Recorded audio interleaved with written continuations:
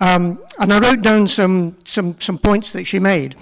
She talked about how it reveals trends. She talked about how better decisions are then enabled.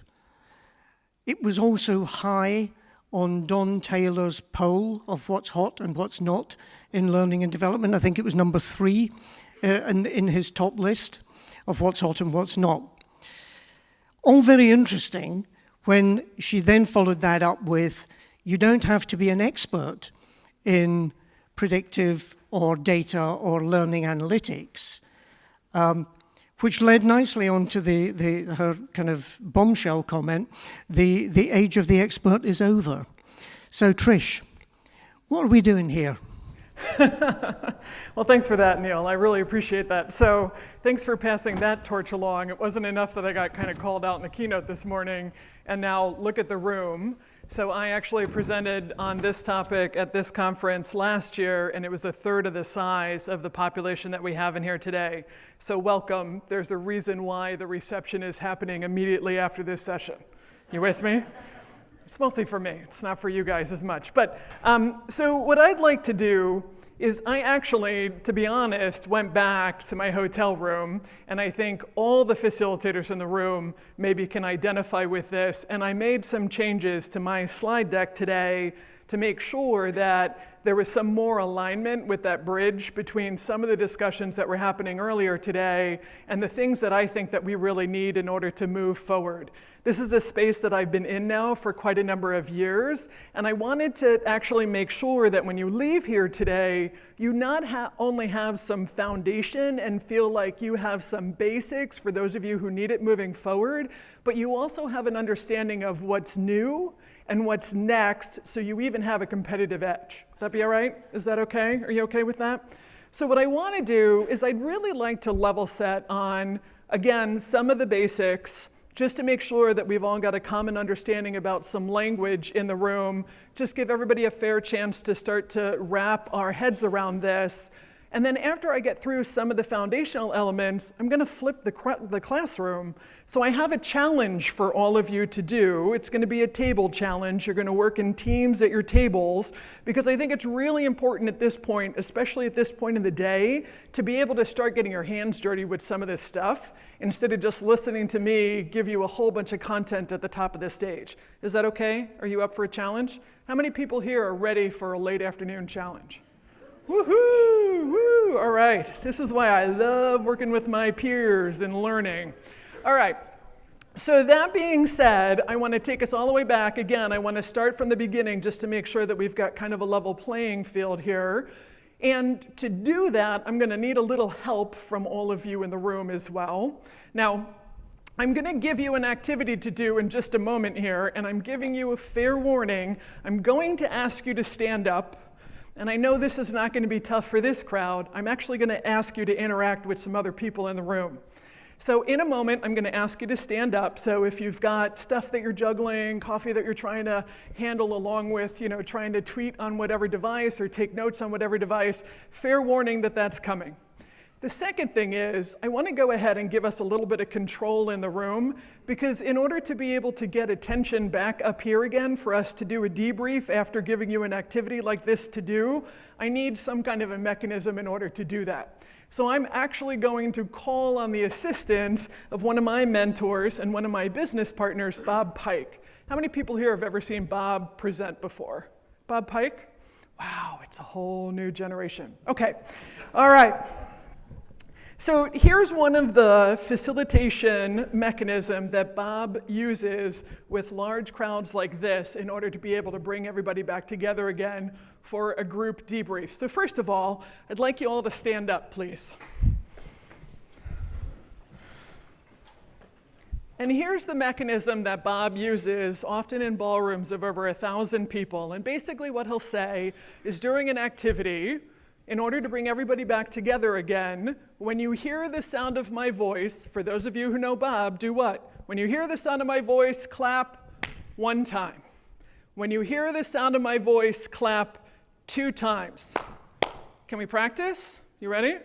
When you hear the sound of my voice, clap 1 time. When you hear the sound of my voice, clap 2 times. Fabulous, thank you so much. So now that you're standing, I'm going, and now that we have some mechanism for being able to regain a group debrief here, I'm going to give you an activity to do, and I'd like you to do it by, even if it means going to another part of the room, I'd like you to engage somebody that you haven't had an opportunity to meet. So this is an opportunity to get to know somebody else today as we are closing out the first day of Learning Technologies UK. So here is the activity. Find a partner in the room, again, someone whom you haven't met yet, and I'd like you to discuss the following list, which actually goes back to some of the conversation that we've heard throughout the day. And so then in your conversation with your partner, discuss, do you agree or don't agree? And I'm going to give you 3 minutes in order to complete this exercise. Ready? Here we go. Okay, first of all, find your partner. 1, 2, 3.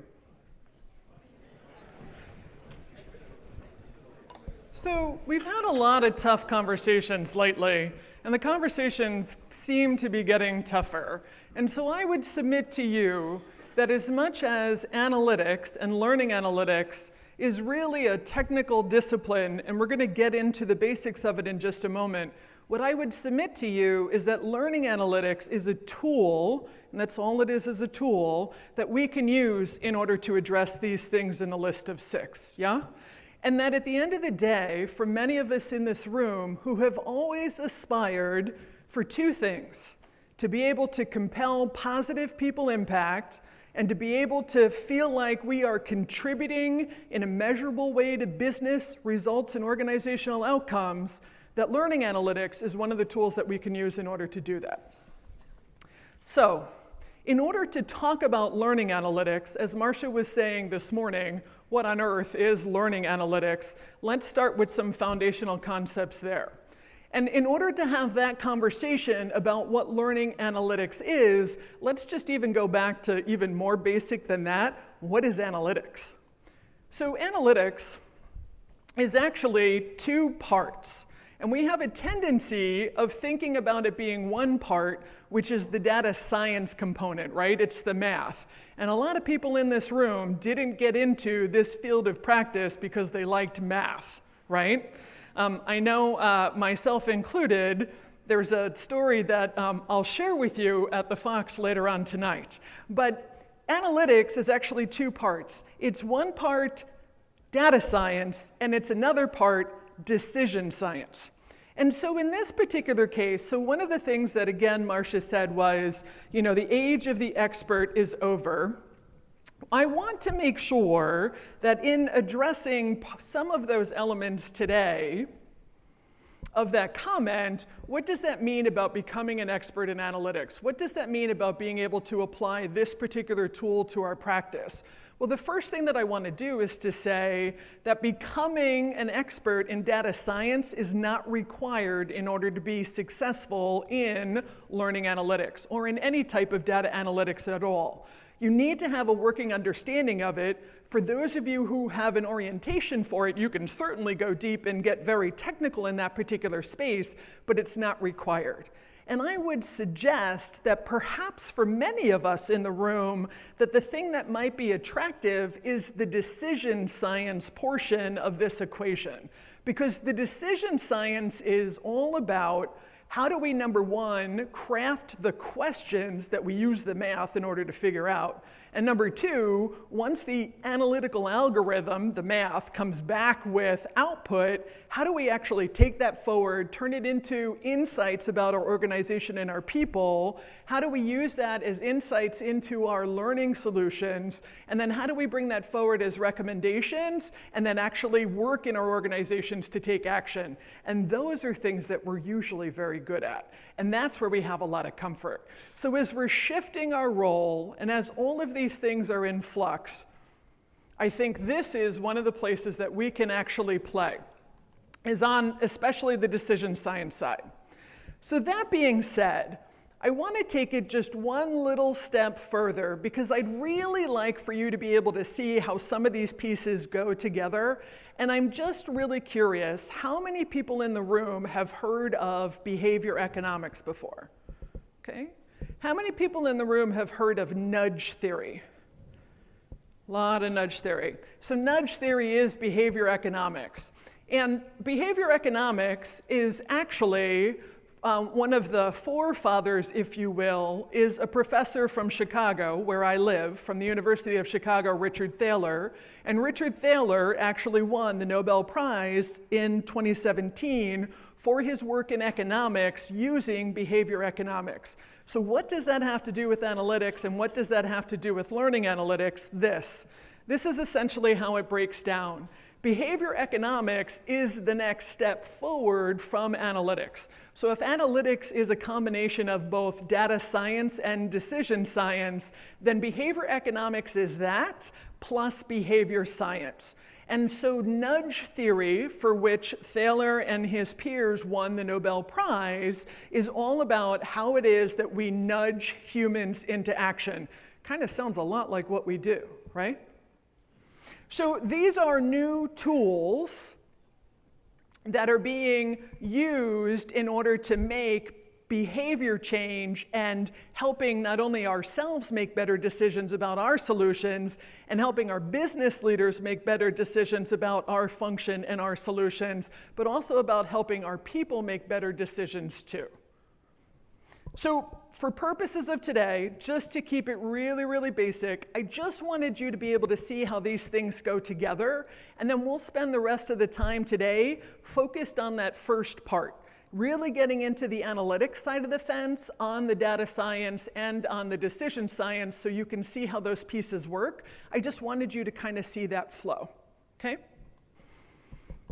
So I also put in the deck, I really, again, peers in the audience, I wanted to make sure that you have materials for being able to bridge, for being able to have learning transfer from a session and be able to take some things away. And as a matter of fact, you'll have access to this deck by the end of this session today. And so if you are interested in pursuing behavior design and behavior change, this is a really great model based out of here in the UK that you can use in order to apply what you're going to learn today in analytics to being able to change behavior back at your organization. Okay, so one of the other things that came up earlier today was this whole conversation about predictive analytics. And so a lot of people at my table in the audience this morning were like, okay, well, wait a minute. I'm not even quite sure what learning analytics or analytics is all about. How are we suddenly going to get to predictive? So I wanted to make sure that you had this maturity framework also as part of this presentation. Again, just to give you some grounding in this particular discipline. And so what you're going to see on the left-hand side is we've actually been doing analytics for a while. We just called it measurement and evaluation. And measurement and evaluation historically has been about a retrospective, right? So we would put together a training solution, we would run a pilot, we would see how well it went or not, and then we would basically do a retrospective, we would do a look back, we would evaluate, we'd do a summative evaluation at the end to see how well it went and make it better going forward. That example that I just described is this left-hand side, we're not going to do that, is this left-hand side of the maturity framework here. So at the very lowest level, many times our smile sheets have been descriptive, right? We have an understanding of what has happened. So what has happened, data, has often been our delegates' comments, right? Participants who come to our course or go through a workshop or go through an online offering, whatever it is, we collect descriptive and we run reports on what has occurred. Those are descriptive analytics. But we don't know why those things have occurred. We just know that they've happened. They're described in the data that we've collected. If we want to know more of a diagnostic of some of the causes that are contributing to it, that's when you get into more of advanced reports. This is where we get back into feedback, we get into benchmark studies, we have some kind of a comparison. This is where we start moving into insight when we get into diagnostic analytics. We're pretty well versed here. And that's a good basis because we've got somewhere to start, and maybe we're farther along in analytics than we thought was possible. It's this stuff over here on the other side of the framework that is new to many of us. But I'd like to give you some comfort. It's really not new to the industry. So what do I mean by that? I mean predictive analytics and prescriptive analytics are just on a maturity path. You don't have to get all your data clean. You don't have to become a data scientist. You don't have to become a statistician. You can actually start moving in these directions, and I'm going to show you how to do that today. But predictive analytics actually got started 20 years ago in the field of learning and performance. As a matter of fact, Dave Basarab introduced predictive analytics to Motorola University in Chicago. Chicago's kind of a happening place. To Motorola University, which is a telecommunications company. He introduced predictive analytics to Motorola University in 1991. And for some people in this room, that's before you were a glimmer in somebody's eye. All right. So we've got a whole model and a whole body of work of predictive analytics that's actually available to everybody in this room today, models and masters of this stuff that we can actually take a look at moving forward. Prescriptive is where we're just starting to get into. So basically what happens with prescriptive up at the very top is that predictive is what will happen. It's future focused instead of looking back, it's looking forward. This is reactive, this is preventative, right? So this goes, well, we didn't get the outcomes we expected. Sorry, gang, we'll do better next time. This says, hey, we're not on track for being able to realize the desired results. How do we change it? How do we either make amends or eliminate what's not working and replace it with something that we think is going to be better that is? Prescriptive starts getting into automating that. Starts giving us the ability to say, okay, when we see these signals, when we see these indicators in the data that we're collecting and that we're analyzing, then that's kind of a red flare that says, we suspect that there's a likelihood of some kind of behavior or something happening that we need to go and investigate. And prescriptive takes us to the next step that says, once that's been sensed and diagnosed, here's automatically the intervention. And that's already happening in our environments now too. And we're going to talk about that towards the end of the presentation today. 4:15. I'm sorry? 4:15. Thank you. So, a framework for you to think about this with that goes back to the decision science, well, actually both the data science and the decision side of the fence. So this is another framework. This is from a book called Behind Every Good Decision. It's a really great book. It was started by the woman who started the people analytics practice for Adobe. And what I love with this framework is, like good frameworks are, it's really simple. So you'll see BADIR, B-A-D-I-R. So B, every analytics methodology starts with a business question. For us, oftentimes our business questions are a performance question. There's some kind of lack or gap in performance that's happening in our organization, and we want to be able to diagnose and close that gap. The second step in the methodology, the analytics methodology, is the analysis plan.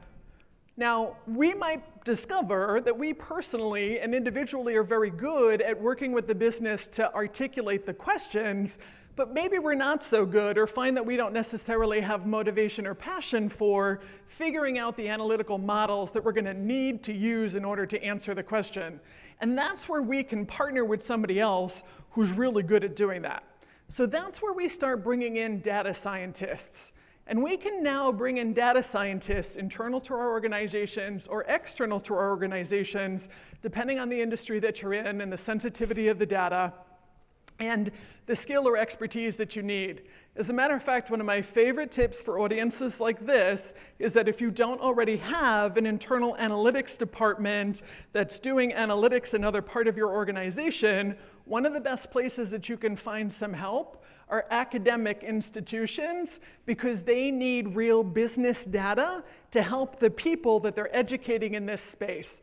I'm sure many of you are aware that data scientist is one of the hottest jobs on this planet right now, and in order for us to be able to properly educate them and train them on it, they need to have real-world problems and real-world data. So a lot of academic institutions are building out partnerships with the business, with industry, in order to get that done. As part of your analysis plan, so an analytical model is then selected in order to address whatever the question is. And then from there, that drives the data collection. So we don't start with data. We don't ever start with data. We don't go, well, I got a whole LMS full of data. I want to figure out, what it's worth.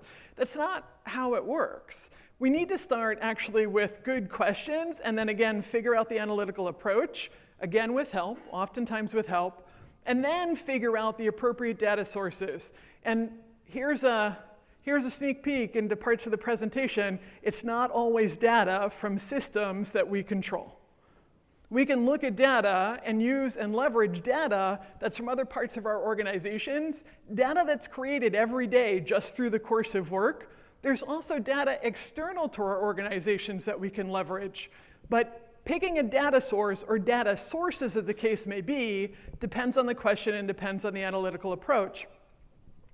From here, we then again continue to work with a data scientist partner who then can help us with the actual processing of that data, the actual analysis, and then we can get outputs from that algorithm. So being able to craft this is an algorithm.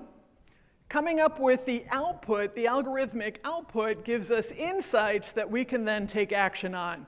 So it's almost like passing the ball back and forth in football, right? So I kick it over to the data scientist kicks it back over to me. Look at me, the American, talking about football.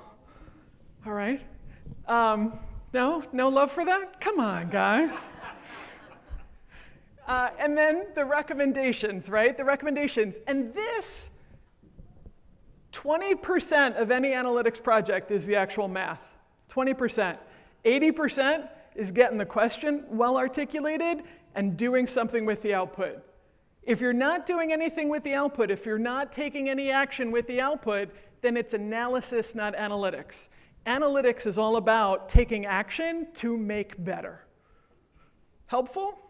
And the reason on the slide why I went ahead and kind of grade these out was to say, here are opportunities on either end, the bookends, if you will, of the methodology, where you might find in either or both of these ends that it really resonates with you. And this might be the part that if you don't think data science and statistics is your thing, this might be the part where you're going to need help. The other way to get help is not only outsourcing to people, it's also outsourcing to platforms. So all the things that we're hearing now about statistics, and we're hearing about next-gen stats and sports, as now it is that we're watching our favorite sports teams, and they're talking about Microsoft Azure, or they're talking about Amazon AWS, we can now actually leverage the data science as part of those platforms in the cloud. And in doing so, we can get help with that heavy lifting that many of us are not particularly good at, because a lot of the data science now is actually being automated. And we can instead focus on frameworks like this of, again, how do we take that analytical output and be able to use it into a good decision-making framework, such as the simple and straightforward one that I have on the screen here today. As a matter of fact, Gartner says that by next year, 40% of data science tasks will actually be available through automation. You can just log into a web browser, feed it a bunch of data on a platform like Amazon AWS, be able to then process or analyze that data and be able to come back with algorithmic output and then validate and tweak from there. So I would submit to you that, again, for many of us who don't necessarily see ourselves as necessarily becoming experts in data science, that maybe it's time to consider what Gartner calls a citizen data scientist. I know you all can read the slide that's over my shoulder. And basically, that we have a role in this that I think that we can really find familiarity and comfort for, but we don't have to change our stripes completely in order to be able to get into this game. Okay, so thinking this through, just shouting out in the audience, what is this thing that's up here on the screen? Meat thermometer. What is this thing that's up on the screen? Thermostat. What's the difference between them?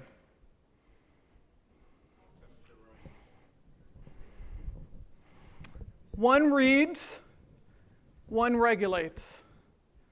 In L&D, do you want to be the person that does the reading and has to live with whatever the outcome of that reading is?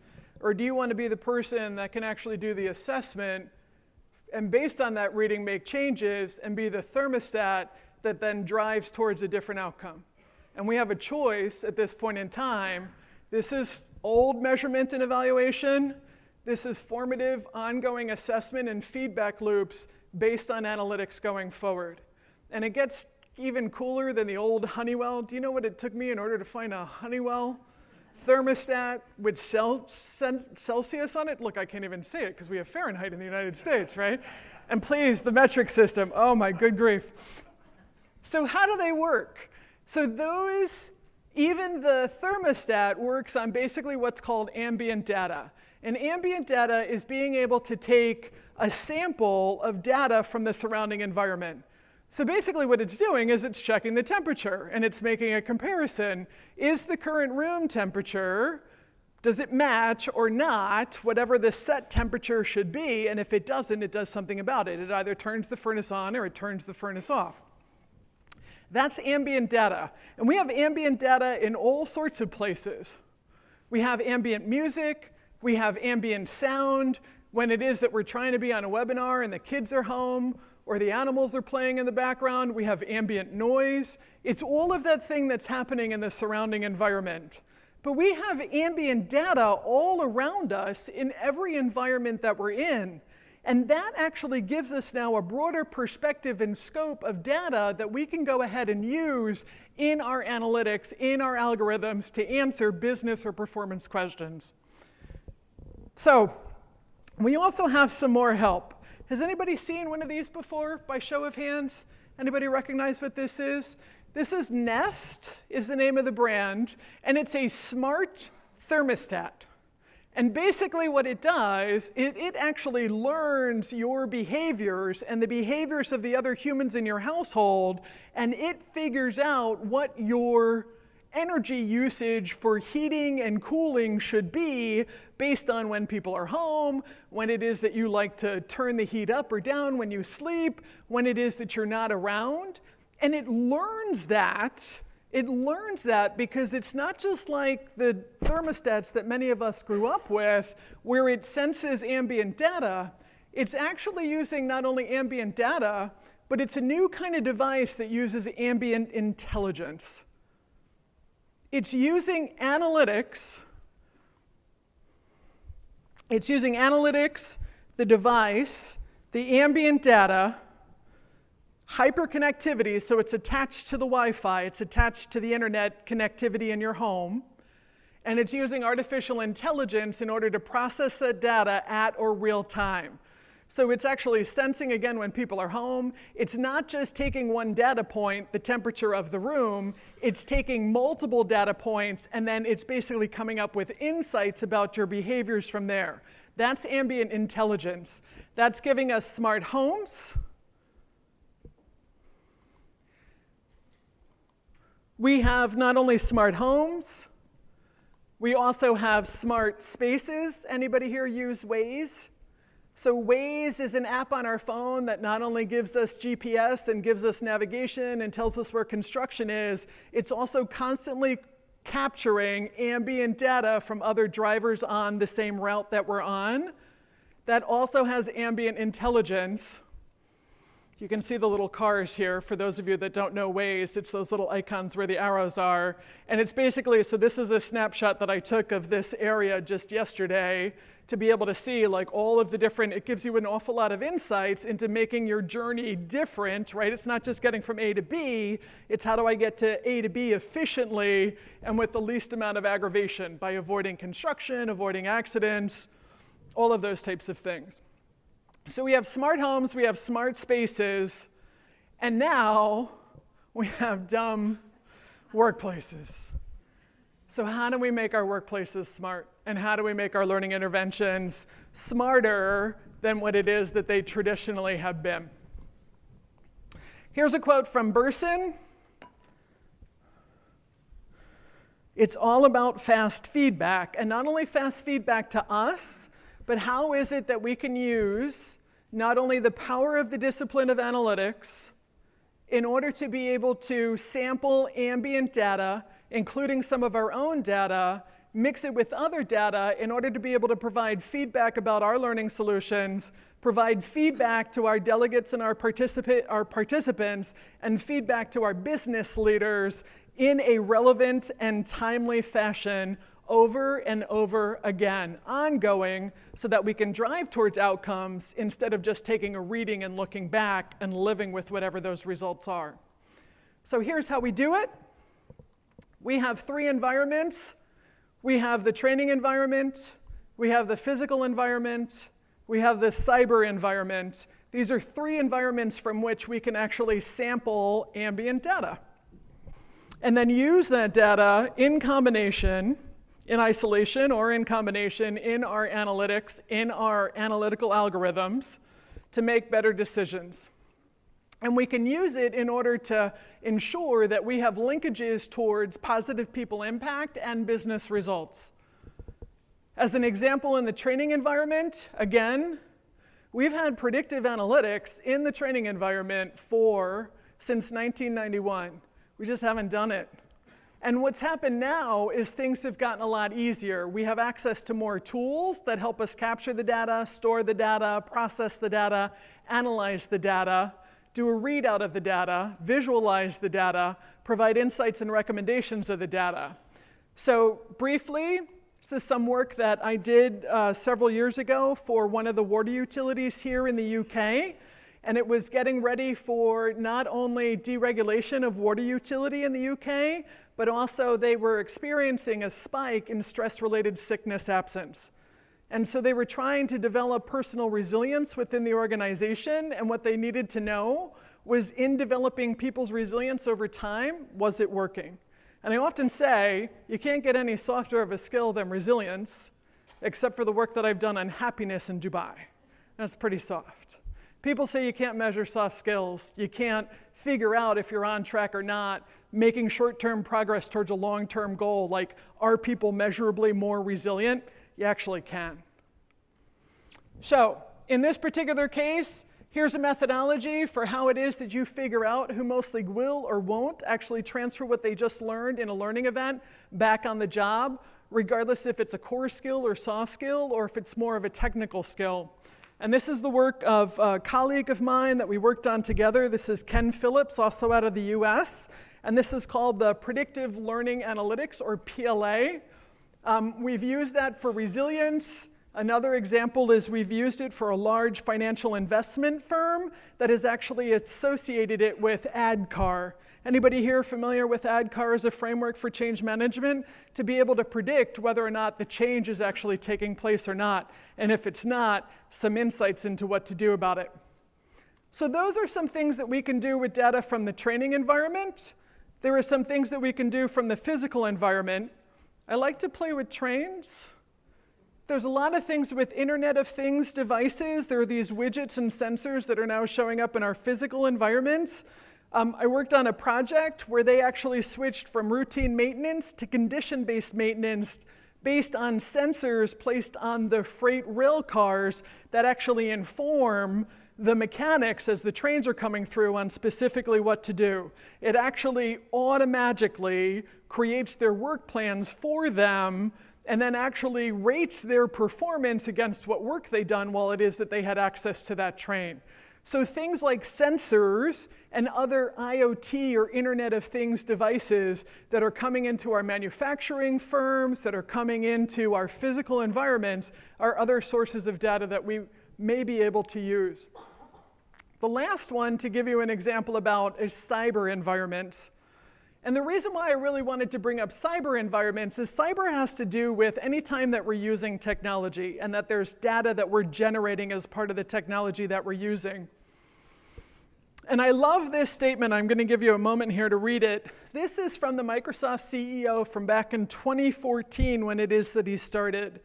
And basically what he's saying is, by virtue of the work that we do every day, regardless of the role in an organization that a person serves, we are exuding data at a phenomenal rate.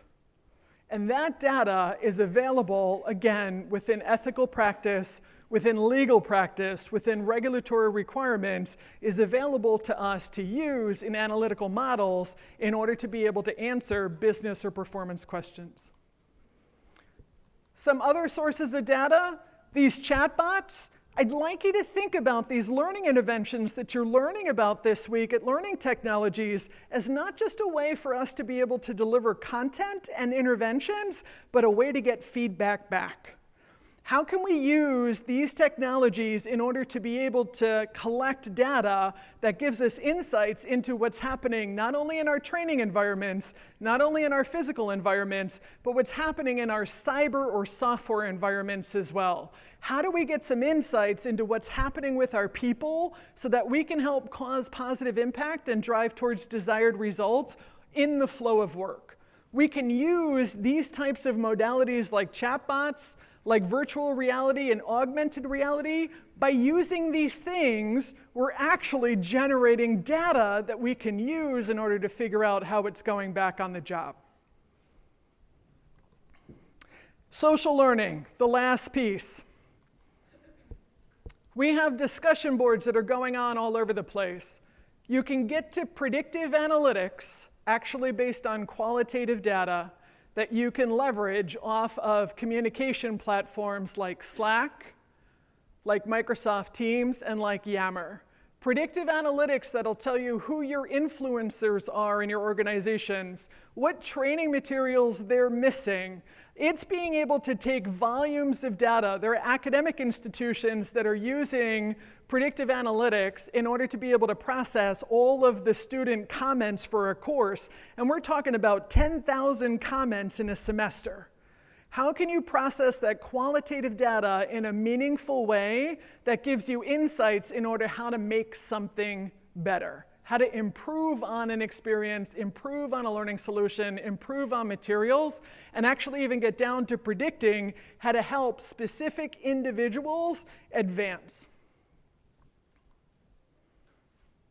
So I want to give you an opportunity to go ahead and take a look at an exercise with this. So I'm going to go ahead, everybody have some kind of a device, a phone, or I just need, if you can go ahead and pick a partner at your table. I'm going to give you an activity that's going to send you into a Dropbox folder. And let me put that URL up here on the screen right now. So if you go into the Dropbox folder, you're going to find two things in there. Now this is an activity, to be honest, that I usually do when I'm doing a full day workshop with an analytics crowd. So we've really modified this. But I wanted to make sure that you also had an opportunity to have enough information in the file that you can take this with you and try this at home. Right? If you want to take this back to your office, if you want to work with peers that you meet here, if you've got other peers or a team of people that you work with back at the office, you're welcome to go ahead and use these materials and actually spend a bit more time on being able to think through some of the things that I ask for here. When you've been able to get into the folder, there are two files that are in there. There's a PDF of the actual presentation, and then there's a PDF where the file name is Delegates Challenge. And if you open up the challenge, it's actually going to give you a scenario. And what I'm going to do is I'm going to give you the last few minutes or a big chunk of the session to be able to work through that scenario. I promise I'll put this back on in just a moment here, if you haven't had a chance to get to it. But let me just show you a little bit about the actual challenge. So the challenge is, we have business activities that are not going well. We've got people in our organization who are not submitting their expense reports on time. I know that's not happening for anybody here.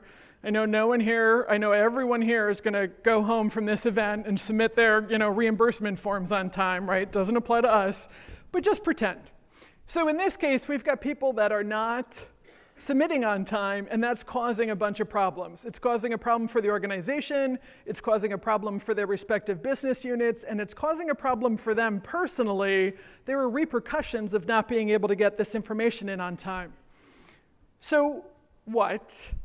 So here are some of the implications. Here's why this is a problem. This is all in the PDF, in the Delegate Challenge PDF for you, which I'm going to give you a moment to work through with a partner in just a moment.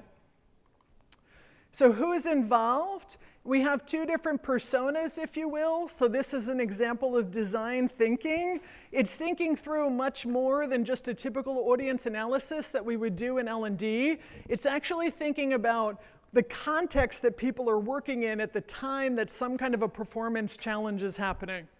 And we've got two different individuals here that are having challenges or represent segmentation of our population that's actually struggling with getting their reimbursement forms for expenses in on time within the 45-day marker.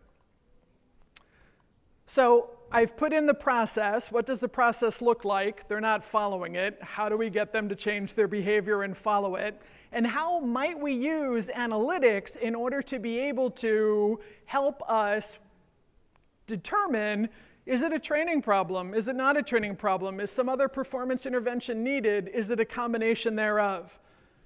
So I've put in questions because we can use not only analytics in order to look at the quality of our instruction, but all of the things that are happening around the instruction in order to support it or not. It doesn't work in isolation, right? We need to make sure that it's got the right sustaining environment, that we've got the right training transfer plan, that we've got the right communications and expectation setting up front. So how is it that we might use the discipline of analytics and use some of the data that we have access to in order to be successful in helping to bridge this gap? So there's a set of questions for you to consider in working at your pairs at your tables. And then there's also additional considerations. Ready for some fun? Okay, I'm going to bring, so those documents and then also my PowerPoint presentation is also in there as well as a PDF file, so you can reference back to some of the frameworks and the models. And again, not time enough to go through the completion of this entire exercise, but I just want you to get a little bit of a chance to experience this. So I'm going to go ahead, we're going to spend, how much time do we think? You're at 4:40. I'm at 4:40. So if we do 10 minutes? 10 minutes, excellent. I'm going to put the URL back up again. We'll see you in 10 minutes. That's the time up for the activity just now, ladies and gentlemen. What I'd invite you to do now is just think in terms of the bridge and what your commitment to action is going to be that you're going to take away from this. What's been your big learning point? I'm sure you've all given that some thought. Perhaps you'd like to share with the person next to you for the next minute, the next couple of minutes, just what is your takeaway from Trish's fantastic session. I know I've got tons, so I'm not going to bore you with my stuff. But just share with your partner what you're taking away as commitment to action to turn back into actionable insight in the workplace. Just take a couple of minutes for that, and then I'll hand over to Trish. We'll do an energizer to finish, and then we're out here for the drinks down on level 2. Thank you. So, in wrapping up for today,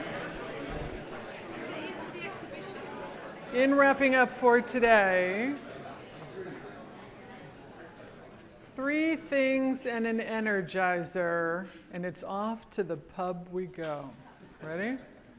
So if you want to drill down more, we started the presentation with what is learning analytics. Learning analytics can be many different things, many different lenses, but at the end of the day, analytics as a methodology is the same regardless of the types of questions that you're trying to answer.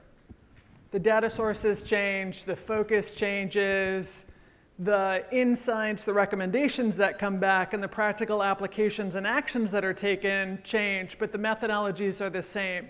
And that Badir framework from Priyanka's book is actually based on one of the oldest methodologies in analytics since the beginning of time.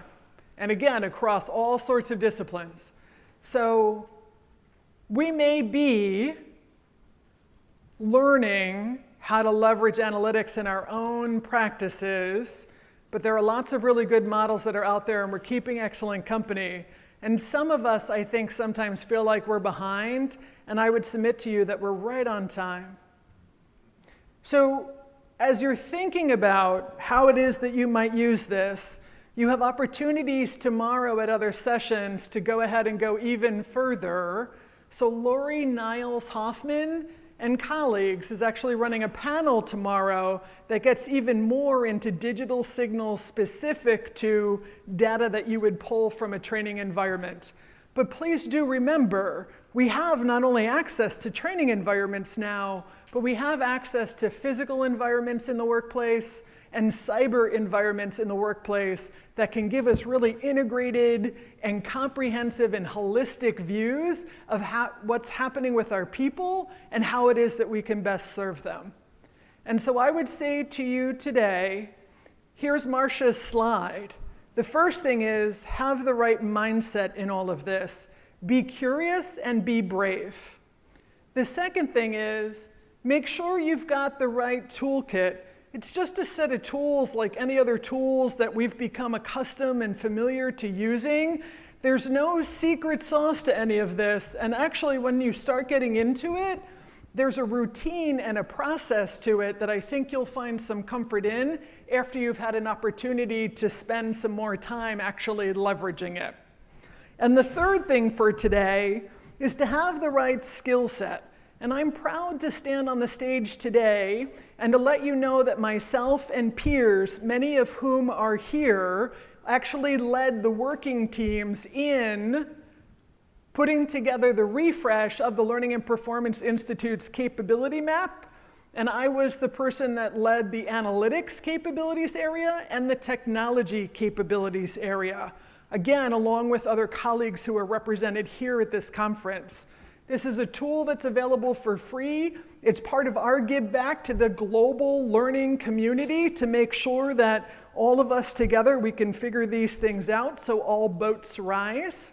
So again, right mindset, right tool set, and right skill set. And so ending today, I'd like to go ahead and divide the room in two. So I'm going to divide it right down the middle right here, this side of the room and this side of the room. And on this side of the room, we're going to do rounds of 3. This side of the room, in a moment, is going to yell, "I can do it." And this side of the room is going to yell, "Bring it on." All right? Now, we're going to do this 3 times. You ready? Here we go. I can do it. Bring it on. I can do it. Bring it on. I can do it. Bring it on. Enjoy the pub.